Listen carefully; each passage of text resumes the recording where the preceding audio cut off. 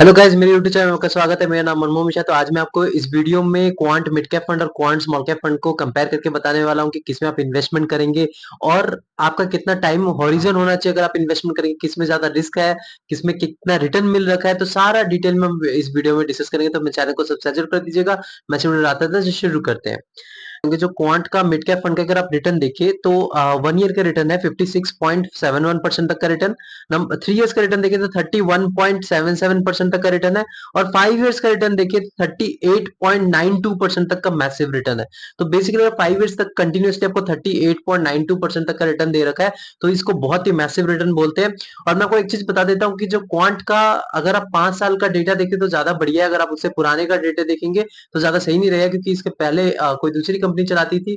तो थोड़ा आप इसके 5 साल का ही डेटा देखें तो ज्यादा बढ़िया है। तो यहाँ पे 5 साल का अगर आप रिटर्न देखें तो बहुत ही मैसिव है। और इसमें कैटेगरी को भी बड़े मार्जिन से बीट कर, अगर आप देखें तो 15 से 16% तक का डिफरेंस आ सकता है। 10 से 15% तक का रेंज तो आपको डिफरेंस दिखेगा ही दिखेगा अगर आप क्वांट के मिड कैप फंड उठा ले या स्मॉल कैप फंड उठा ले। तो यहाँ पे स्मॉल कैप का अगर आप रिटर्न देखेंगे, 1 ईयर का 1 ईयर का रिटर्न देखें तो 56.84% तक का रिटर्न है। तो आप कंपेयर कर पा रहे होंगे, मतलब दोनों का जो है, मतलब 1 ईयर का रिटर्न मिड कैप और स्मॉल कैप का दोनों के बराबर ही है। 56.71% रिटर्न था मिड कैप में और स्मॉल कैप में 56.84%। 3 ईयर्स का रिटर्न अगर आप कंपेयर करें मिड कैप में तो 31.77% था और यहाँ पे स्मॉल कैप में 33.09% है, मतलब 2% ज्यादा है। और 5 ईयर्स का रिटर्न देखिए अगर आप मिड कैप में तो 38.92% का रिटर्न, और 5 ईयर्स रिटर्न देखिए तो स्मॉल कैप में तो 50.834% तक का रिटर्न। तो देख पा रहे हैं कि मतलब डिफरेंस जो है यहाँ पे बहुत ही बड़ा मार्जिन बन जा रहा है। जब आप 5 ईयर्स का रिटर्न देखें तो 5 ईयर्स के हिसाब से 12% का डिफरेंस बन जा रहा है। मतलब अगर स्मॉल कैप और मिड कैप कैटेगरी में देखें तो बेसिकली रिस्क की बात करें तो risk definitely small cap fund में ज्यादा रहेगा, क्योंकि स्मॉल कैप में स्मॉल कंपनीज होती है, जो मतलब स्टार्टअप कंपनीज होती है, उसमें ज्यादातर इन्वेस्टेड होता है अमाउंट। तो यहाँ पे वॉलिडिटी आपको ज्यादा फेस करने को मिलता है। तो डेफिनेटली यहाँ पे रिस्क की बात करें तो यहाँ पे आपका स्मॉल कैप का ही रिस्क ज्यादा रहेगा as compare to its large cap mid cap. इसीलिए यहाँ पे आपको 5 साल का अगर आप रिटर्न डिफरेंस देखें तो आपको 12% तक का रिटर्न डिफरेंस मिल जा रहा है। तो यहाँ पे अगर पॉजिटिव अगर आप देख रहे हैं 50% तक का रिटर्न पॉजिटिव मिल रहा है, तो यहाँ पे नेगेटिव मिलने के भी चांसेस है जब मार्केट अगर नीचे जा रही है। तो ये जो है आपको डिफरेंस यहाँ पे देखने को मिलेगी। अब इन्वेस्टमेंट हॉरिजन, अगर आप इन्वेस्टमेंट करना चाहते हैं तो आपका टाइम फ्रेम 5 साल मिनिमम होना चाहिए अगर आप मिड कैप फंड में इन्वेस्टमेंट करेंगे। अगर स्मॉल कैप में अगर आप करते हैं, मतलब क्वांट का, तो आपको 5 से 7 ईयर्स का डिफरेंस आपका इन्वेस्टमेंट हॉरिजन। तो आपका स्मॉल कैप में 5 से 7 ईयर्स, मिड कैप में आपका 5 ईयर्स। जी हाँ। तो आपका रिस्क जो है क्वांट का स्मॉल कैप फंड रहेगा ही, क्योंकि स्मॉल कैप कंपनीज है। तो इसीलिए आप यहाँ पे टाइम हॉरिजन जो है थोड़ा सा ज्यादा देंगे, 2 साल ज्यादा देंगे, और मिड कैप में आपको टाइम हॉरिजन थोड़ा कम देना पड़ेगा, जो कि सिर्फ 5 साल है।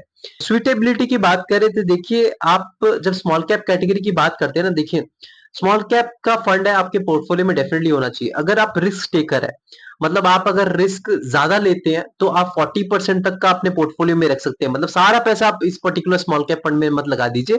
अगर आपके पास 10,000 रुपए इन्वेस्टमेंट करने के हैं तो उसमें से 4,000 रुपए आप लगा सकते हैं। अगर आप ज्यादा रिस्क टेकर है तो आप स्मॉल कैप कैटेगरी में लगा सकते हैं। अगर आप मीडियम रिस्क टेकर है तो आप 20 से 30% स्मॉल कैप फंड में लगाइए, मतलब जो क्वांट का स्मॉल कैप फंड है या फिर कोई भी स्मॉल कैप फंड जो आप रिसर्च करके लगा दीजिए। और अगर आप बहुत ही कम रिस्क टेकर है, मतलब आप रिस्क बहुत ही कम लेना चाहते हैं, तो आप 10% तक का तो स्मॉल कैप फंड में लगाना ही जरूरी है। क्योंकि आप स्मॉल कैप में लगाएंगे तो आपका जो वहां पे है थोड़ा बहुत आपको रिटर्न देखने को मिलेगा लॉन्ग रन में। इसीलिए इसमें लगाना थोड़ा जरूरी हो जाता है। रिस्क एपिटाइट के हिसाब से ही इस पर्टिकुलर फंड को अपने पोर्टफोलियो में रख सकते हैं।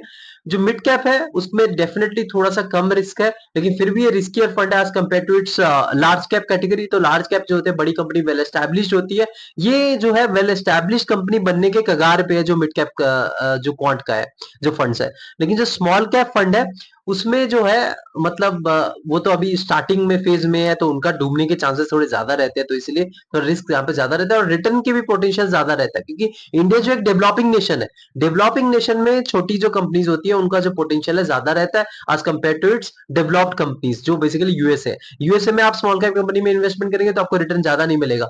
लेकिन अगर आप डेवलपिंग नेशन में स्मॉल कैप कंपनीज में लगाएंगे तो डेफिनेटली आपको एक रिटर्न लॉन्ग टर्म में मिलेगा। डेवलपिंग नेशन है, अगले 15 से 20 साल आपको स्मॉल कैप कंपनीज में डेफिनेटली आपको अच्छा खासा रिटर्न मिलने के चांसेस रहते हैं, लेकिन 20 साल बाद जब इंडिया डेवलप्ड नेशन में आ जाएगा तो तब थोड़ा प्रॉब्लम हो जाती है स्मॉल कैप कंपनीज में रिटर्न जनरेट हो पाना। अब डाइवर्सिफिकेशन देखिए, डाइवर्सिफिकेशन डेफिनेटली आपको दोनों तरफ मिलेगा, क्योंकि दोनों में ये नहीं कि एक particular mid cap companies choose करके इन्होंने लगा दिया पैसा, ये नहीं कि 100 कंपनीज 70 कंपनीज ये बेसिकली चूज करके उसमें प्रॉपर्ली डाइवर्सिफाई करके इन्वेस्टमेंट करते हैं।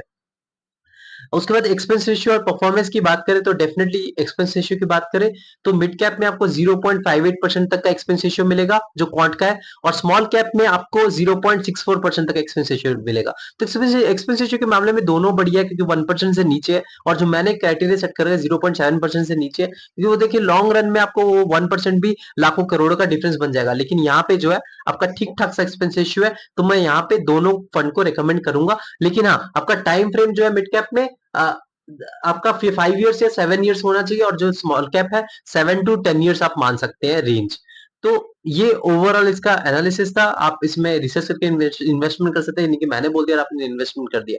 इसके कई सारे दूसरे फंड भी है, जैसे कैनरा रोबेको का स्मॉल कैप फंड है, उसके बाद आपका स्मॉल कैप कैटेगरी में दूसरे फंड आपको मिल जाए, bank of India small cap fund, उसके बाद एक्सिस स्मॉल कैप फंड। वो थोड़ा सा आपको जो रिस्क है वो रिटर्न रिस्क को थोड़ा कम करके आपको रिटर्न थोड़ा अच्छा खासा जनरेट करके देते हैं। लेकिन हाँ, अभी के दौरान क्वांट का स्मॉल कैप फंड ने सबसे मैसिव रिटर्न दिया लास्ट के 5 इयर्स में देखा जाए, और मिड कैप कैटेगरी में भी इन्होंने अच्छा खासा रिटर्न दे रखा है। तो मेरे चैनल को सब्सक्राइब जरूर कर दीजिएगा। मैं सिर्फ लाता रहता हूँ। Thank you.